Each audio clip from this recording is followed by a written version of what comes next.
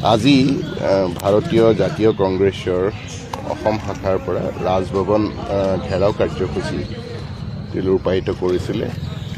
এই কাৰ্যসূচীৰ কোনো অনুমতি তেখেতসকলে প্ৰশাসনৰ পৰা বিচৰাও নাছিলে আৰু আমি অনুমতি দিয়াও নাই। আজি 10:30 বজাত যিটো আমাৰ ৰাজভৱন যোৱা ৰাস্তা উজান বজাৰ, তাতে এখন প্ৰাইমেৰী স্কুল আছে গণেশ মন্দিৰৰ ওচৰত। প্ৰাইমেৰী স্কুলৰ সৰু ফিল্ড এখনতে কংগ্ৰেছ দলৰ তেওঁলোকৰ কাৰ্যকৰ্তাসকল জমা হয়। তাত কংগ্ৰেছ দলৰ নেতাসকলো থাকে। মানুহ 1000তকৈ বেছি জমা হৈছিলে। কোনো অনুমতি কিন্তু প্ৰশাসনৰ পৰা লোৱা নাছিলে। আমি তাত আৰক্ষী মোতায়েন কৰিছিলোঁ। ফিল্ডৰ বাহিৰতে আমাৰ প্ৰথম বেৰিকেডটো আছিলে।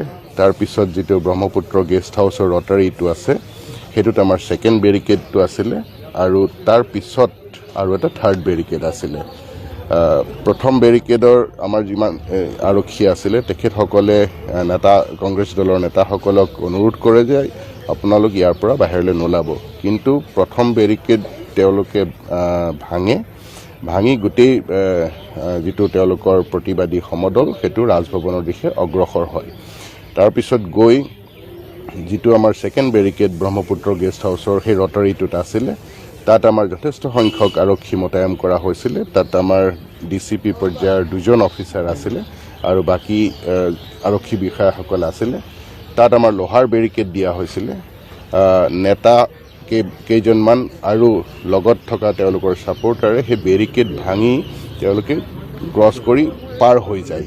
আমাৰ আৰক্ষীৰ বাধা তেওঁলোকে মনা নাই আৰু তাৰপিছত গোটেইখিনি যিমান সমদলত মানুহ আছিলে গোটেইখিনি বেৰিকেড ভাঙে।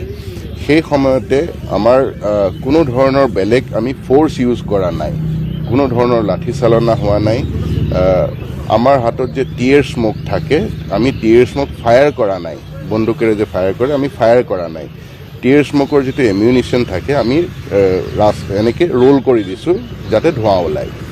সেই ধোঁৱা ওলোৱাৰ পিছতে আমাৰ পুলিচৰ চকু আৰু নাকত লাগিছে আৰু প্ৰতিবাদী সমদলত থকা তেওঁলোকৰ চকু আৰু নাকত লাগিছে। তাৰ পিছতো তেওঁলোকৰ কিছু নেতা আৰু লগত কাৰ্যকৰ্তা অলপ দূৰলৈ আগুৱাই যায়, কিন্তু থাৰ্ড বেৰিকেডটো থকাৰ কাৰণে ৰাজভৱনৰ গেট পাবগৈ নোৱাৰিলে। তাতে প্ৰতিবাদকাৰীসকল আৰু নেতাসকল বহি অলপ সময় তেওঁলোকে প্ৰতিবাদ কৰাৰ পিছতে তাৰ পৰা ডিছপাৰ্চ কৰে। ডিছপাৰ্চ কৰাৰ পিছত আমি খবৰটো পাইছোঁ যে তাতে কোনোবা এজন ব্যক্তি যি প্ৰতিবাদী সমদলত আছিলে অসুস্থ হৈছে।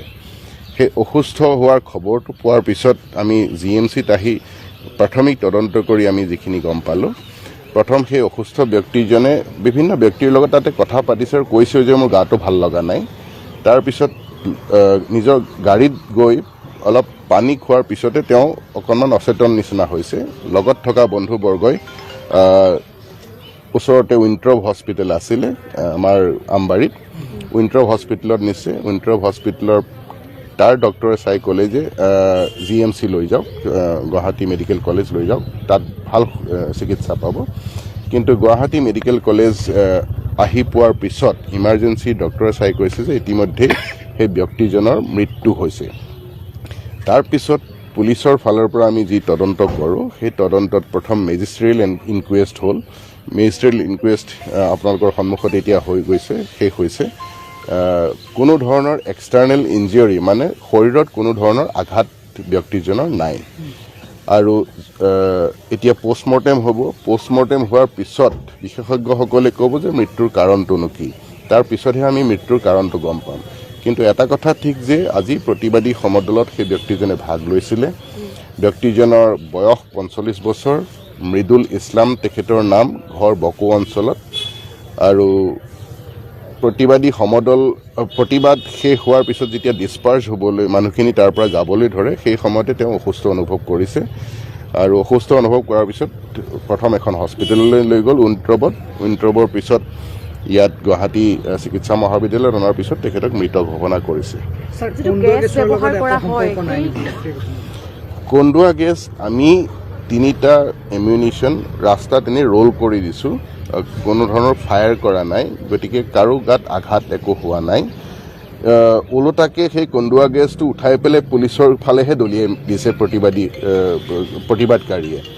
তাৰ পৰা অলপ ধোঁৱা ওলাইছে, গতিকে ধোঁৱাৰ কাৰণে তেনেকুৱা আগতে মৃত্যু হোৱাৰ আমি কোনো ধৰণৰ খবৰ শুনা নাই। মৃত্যুৰ আচল কাৰণটোনো কি সেইটো পোষ্টমৰ্টেম হোৱাৰ পিছত ডক্টৰেহে ক'ব পাৰিব। এতিয়া এই মুহূৰ্তত মই ক'ব নোৱাৰিম। কিন্তু আমাৰ ফালৰ পৰা, প্ৰশাসনৰ ফালৰ পৰা বা আৰক্ষীৰ ফালৰ পৰা কোনো ধৰণৰ আমি ফ'ৰ্চ ইউজ কৰা নাই। প্ৰতিবাদকাৰীয়ে 2টা বেৰিকেড ভাঙি যেতিয়া ৰাজভৱনৰ ফালে আগুৱাইছে, 3rd বেৰিকেডত আমি ৰখাইছোঁ।